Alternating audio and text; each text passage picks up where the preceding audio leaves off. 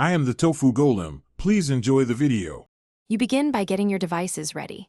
Make sure the Xbox One and your laptop are on the same fast network, preferably 5 GHz or wired Ethernet to reduce lag.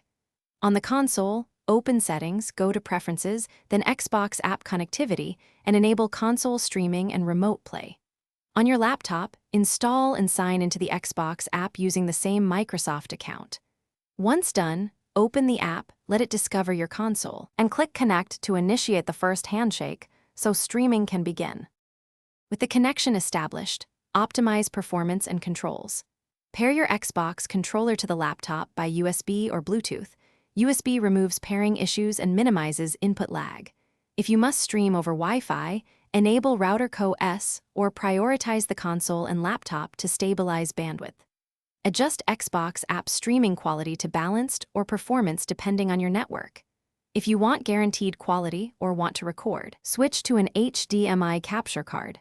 Connect Xbox HDMI out to the capture, USB the capture to your laptop, open OBS, now start streaming.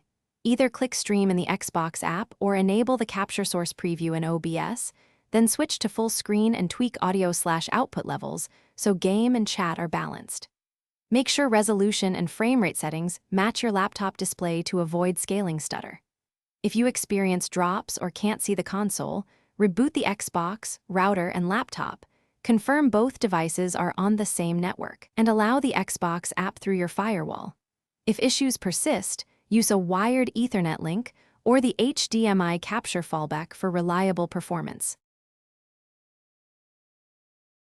Thanks for watching.